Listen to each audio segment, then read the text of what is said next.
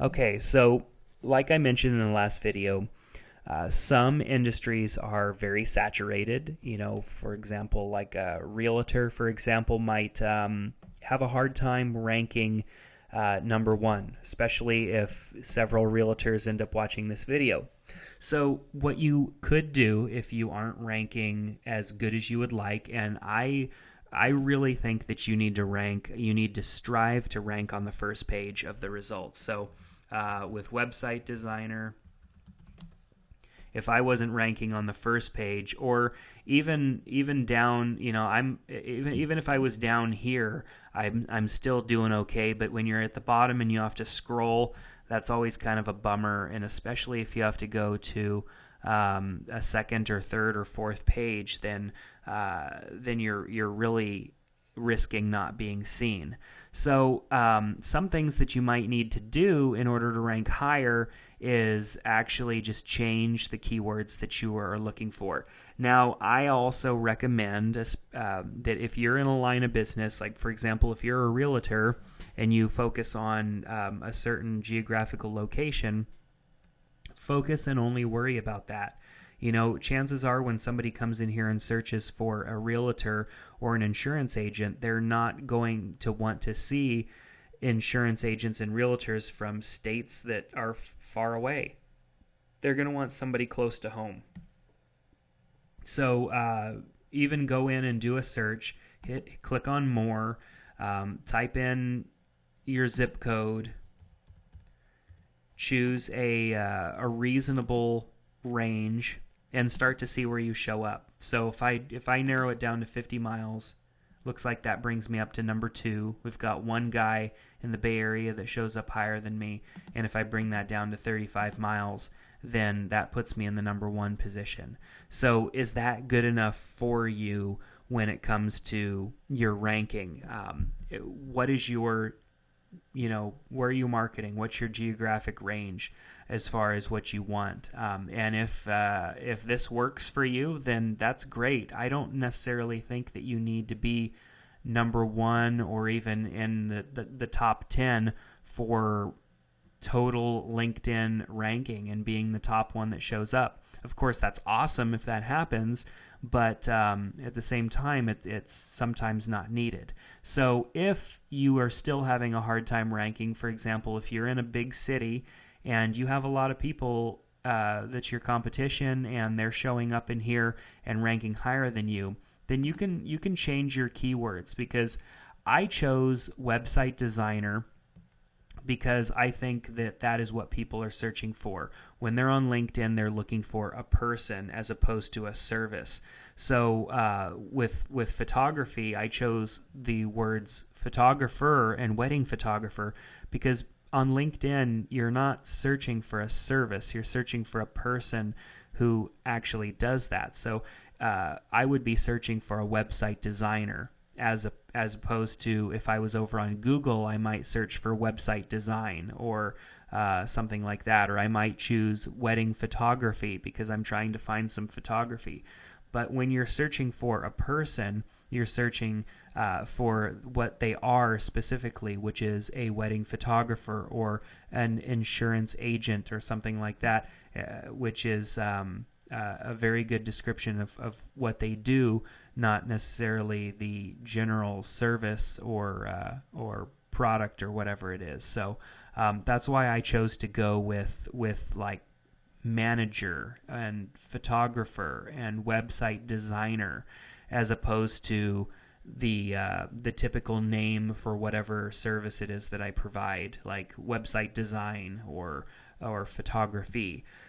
So think about that a little bit too when you're choosing your keywords. How would people, when you tell somebody what it is that you do, what is that word? Like when somebody asks me what I do, I don't say I don't say wedding photography. I say I'm a wedding photographer, or I say I'm a website designer, as opposed to photography or just the word design. I mean, that is what I do, but I like to say I am and then what it is that I am. It's just more likely the way that people search. And you can always go and look and see what other people are doing in Google search as well. And you can also go and look in the search. Like for example, if I was to do a search for photography, which wouldn't make any sense, I show up down there. I'm down here, still before you have to scroll, but that's not what I'm trying to be. You could see some other people have put in photography, and it looks like this guy, it's part of his business name, and that's typically what a lot of people do. They name their business with the word photography in there, and so that's probably why they're showing up. But even if you were to just do a search for photographer, I'm number 1 for even just photographer without wedding in front of it. So play around with the keywords and see what happens. I think that you won't have to try very hard to show up relatively well, regardless of whatever keywords you choose to go with, as long as you maintain the repetition that I explained in the previous video. And making sure that every time that you use those keywords that they're spelt right and that it's consistent across the board. They don't have to be in the same order. They don't even have to be in the same place. They just have to be spelt the same and listed the same. So you can't say auto insurance or auto insurance agent and then vehicle insurance agent and then motorcycle insurance agent. You can't have it all separate. It needs to be consistent. So if up here you need to say auto insurance, motorcycle insurance, life insurance, and then same thing down here, and in your summary, and in your experience, and even in your skills and expertise. Those need to be listed separately. Unless you're focusing on one, then just go with the one. But I recommend if you have multiple products that you sell, or you have multiple hats that you wear, such as I do, that you are repetitious with those throughout, as opposed to just trying to put one thing in each section or something. Repetition is what's going to get us there. Until LinkedIn makes any big changes to the way that they do search, which I don't see any reason why they would, because it actually does work pretty well. Repetition is with your keywords is going to be the way to go. And like I said before, a little bit of research and just trying to figure out what the best keywords are for that is what you're going to want to spend a little bit of time doing. You can do that in LinkedIn search, and you could even do that in Google search, just to see what is popular. So if you have a little bit of trouble ranking, just spend a little bit more time figuring it out, looking and seeing what works, and find something that works for you. You don't necessarily have to show up number 1 for the most general of terms. You can get a little bit more specific.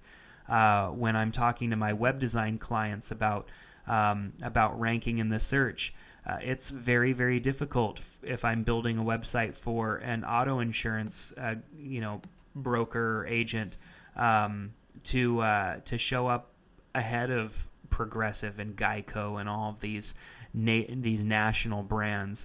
But longer keywords that would be more specific are things that work as well. Not everybody is going to come to a search engine and just type in auto insurance. They may type in auto insurance, for commercial drivers or something like that. That a longer search term.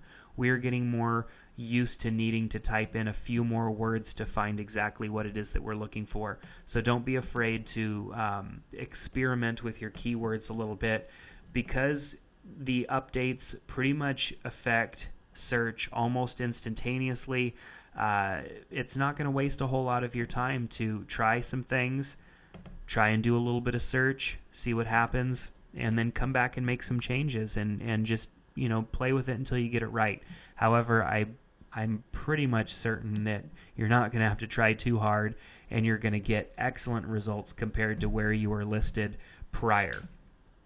So if you have any trouble, trying to figure out the keywords and stuff, you can also comment on the video below, and I will do my best to help you come up with keywords as well. That's one of the neat things about this website, is that we can kind of keep a conversation going on underneath these videos, and we can talk about different things. If you have questions, I'd love to answer those, and if you need help with keywords as well. So in the next video, we're going to talk about automation when it comes to social networks. Obviously, LinkedIn is just one of many social networks that you're probably on, and the main problem is making sure that when you post something, that it actually shows up on these, and it doesn't take all your time. So you've got your LinkedIn, you've got your Twitter, and probably your Facebook, and all that good stuff. So how do you actually manage all of this stuff without it taking a ton of your time? We're going to take a look at that in the next video.